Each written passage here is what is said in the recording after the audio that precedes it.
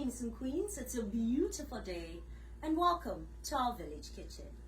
Today we're cooking a beauty boosting soup that has been in African traditions for generations. Come closer.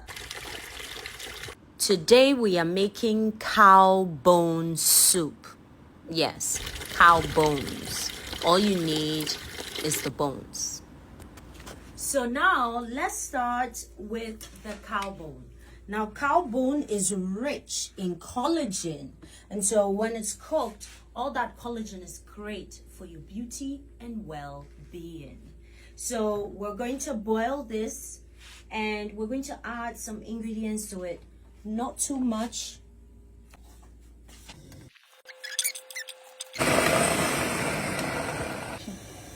So